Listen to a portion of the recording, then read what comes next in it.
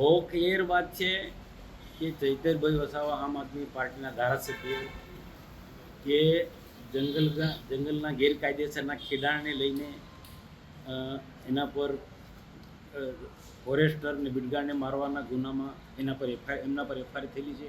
એ ઉપરાંત બીજા 19 જેટલા ગુના એમના પર નોંધાયેલા છે. અને આ ફરિયાદ જે સાથે એની સાથે જોડાયેલા લોકોએ ફરિયાદ કરી છે અને આ ફરિયાદો કોર્ટમાં તારીખો પર તારીખો ચાલી રહી છે. તો આ કોર્ટમાં જે કેસ ચાલ્યો, કોર્ટમાં જે તારીખો ચાલી એ જે તે સમયે એમના જે વકીલોએ દલીલ કરી છે બચાવ પક્ષ માટે, એ કોઈને કોઈ કારણસર વ્યવસ્થિતના દલીલ ના કરી શક્યા.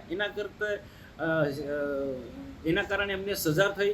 અને આ સજા કોઈ સરકાર કે કોઈ પાર્ટીના કહેવાથી સરકાર નથી થતી, આ સજા નથી થતી.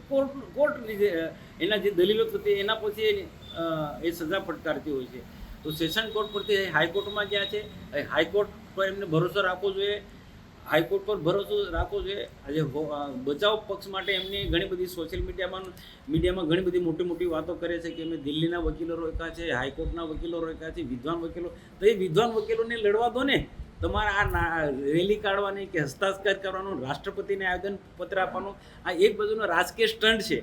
આમ આદમી પાર્ટીનો વ્યાપ વધારવા માટે આમ આદમી પાર્ટી આવનારા દિવસોમાં વિધાનસભામાં વધુ સારો દેખાવ કરી શકે એના માટેના પ્રયાસ છે. બાકી લોકોને આ ગેરમાર્ગે દોરણ બધાને બહુ ખ્યાલ છે કે કોર્ટ મેટરની અંદર રાષ્ટ્રપતિ પણ શું કરવાના હતા કે બીજા કોઈ પણ શું કરી શકવાના હતા, સરકાર પણ શું કરી શકવાનું હતું.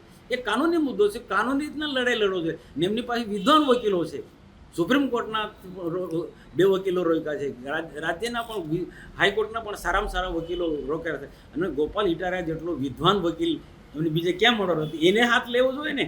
એના કોઈ એમને ગોપાલ ઇટાલિયાએ કોર્ટ પર ભરોસો રાખવો જોઈએ. આવું નાટકબાજી નહીં કરવી જોઈએ. હું સ્પષ્ટ માનું છું.